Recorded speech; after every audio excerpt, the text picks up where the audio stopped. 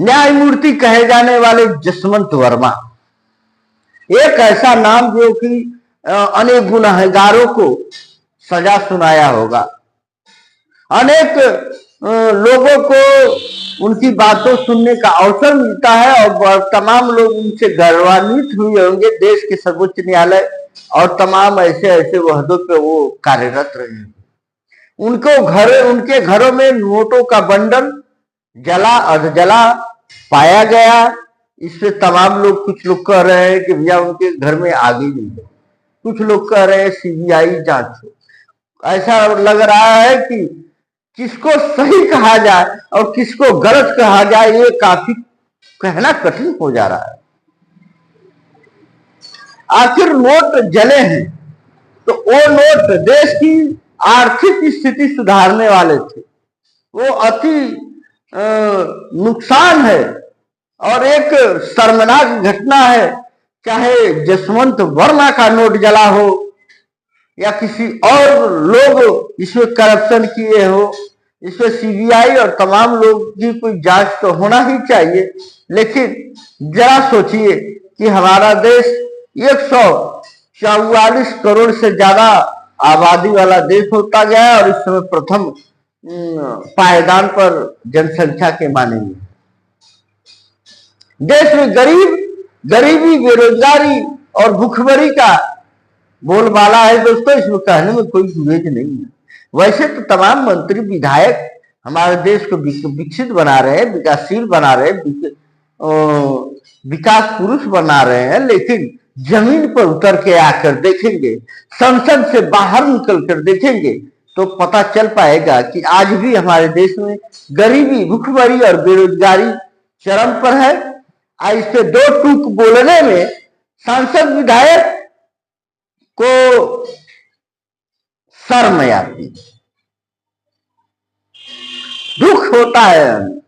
गुरु नानक जी आए, महात्मा बुद्ध आए, कबीर जी आए, तुलसीदास जी आए, तमाम प्रेमचंद्र जी आए और तमाम ऐसे कवि और समाज सुधारक आए, समाज को सुधारना चाहा और अनेक अनेक काव्य, गद्य और तमाम ऐसी लेखनी से लोगों को जगाना चाहे। और डॉक्टर भीमराव अंबेडकर ने देश के लिए एक मजबूत संविधान दिया, लेकिन वो संविधान पे हम कितना खरा उतरते हैं, कितना उसको हम पढ़ते हैं और कितना उस पर अमल करते हैं, ये हमारे लिए और सभी के लिए एक विचारणीय विषय है। आप समझ पा रहे हैं कि कहना और करना कितना कठिन हो जाता है।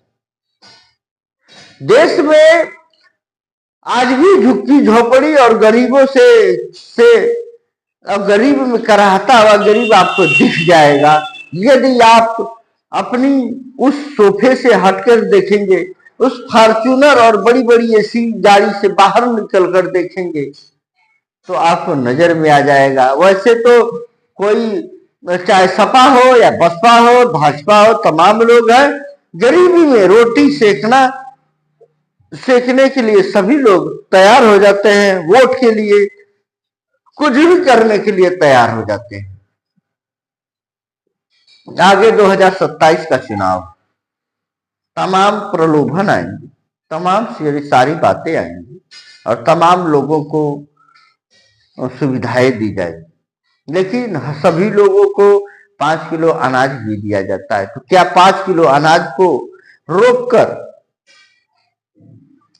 कई बड़ी बड़ी फैक्ट्रियां नहीं लगाई जा सकती?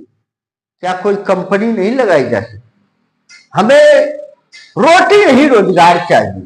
देश की मांग है, देश का एक दर्द है कि जब यदि हम मेहनत से रोटी कमाएंगे तो हम गरिमापूर्ण जी पाएंगे और खा पाएंगे। अपंग मत बनाइए सरकार। देश में करप्शन, भ्रष्टाचार चरम पर। तमाम ऐसे लोग हैं जो बातें कर रहे हैं औरंगजेब पे, तमाम लोग इतिहास पे कब्र खर्द खोदने पर लगे हुए हैं। जरा सोचिए कि इतिहास हमें लाल किला बना के दिया है, इतिहास का ताजमहल आज कितने वर्षों से आज खड़ा है, और आप इतने आधुनिक जमाने में जो पुल बनाते हैं, जिस दिन उस पर फीता काटना होता है, उद्घाटन करना होता है, उस दिन भरभरा का पुल गिर जाता है। कहां से करप्शन होता है, कहां से आते हैं भ्रष्टाचार। कहते हैं हमारा विज्ञान आगे हो गया। विज्ञान इतना आगे होने के बावजूद भी जिस दिन हमारे पुल सेतु बनकर तैयार होते हैं और लोग जाते हैं उनका उद्घाटन करने, उसी दिन बालुओं के ढेर की तरह भरभरा कर पुल गिर जाते हैं। हाथ जोड़कर विनती करते हैं उन भ्रष्टाचारियों से और उन नेताओं से कि देश अति आर्थिक स्थिति से जूझ रहा है दोस्तों, इस पे आप लोग रहम करिए, रहम करिए इस देश पर और गरीब जनता पर। आज अमित शाह, नरेंद्र मोदी और तमाम ऐसे नेता, सत्ता से सवाल तो होगा ही दोस्तों। गरीब जनता की पैसा किस प्रकार कंपनियां लेकर लूट खसोट करके लेकर भाग जाती है, चाहे सहारा की हो, पियरलेस की हो, गोल्डन फॉरेस्ट की हो, पल्स की हो, संसद में इससे आवाज नहीं आती है। और त्राह त्राह करके गरीब कितने लोग परलोक सिधार गए, कितनी लोगों की बेटियां आज उस पैसे के लिए हाथ पीले नहीं हो पा रही। वो तो भला है कि हमारे मुख्यमंत्री आदित्यनाथ योगी जो सामूहिक विवाह में काफी सराहनीय कार्य भी कर रहे हैं, लेकिन ऐसे ऐसे दरिंदे जो भी हमारे देश के गरीबों का पैसा लूट कर विदेशों में चले जाते हैं, उनके लिए आप क्या कीजिएगा। वीडियो में बहुत कुछ कहने के लिए बाकी है दोस्तों। ये छोटी सी वीडियो है और छोटा सा एक प्रयास है, और आप इस वीडियो को लोगों के बीच ज्यादा से ज्यादा भेजकर हमारे मनोबल को बनाए रखेंगे और अपने सुझाव और कमेंट जरूर लिखेंगे, ऐसी आपसे अपेक्षा करते हैं। आप सभी मित्रों को बहुत बहुत धन्यवाद। नमस्कार।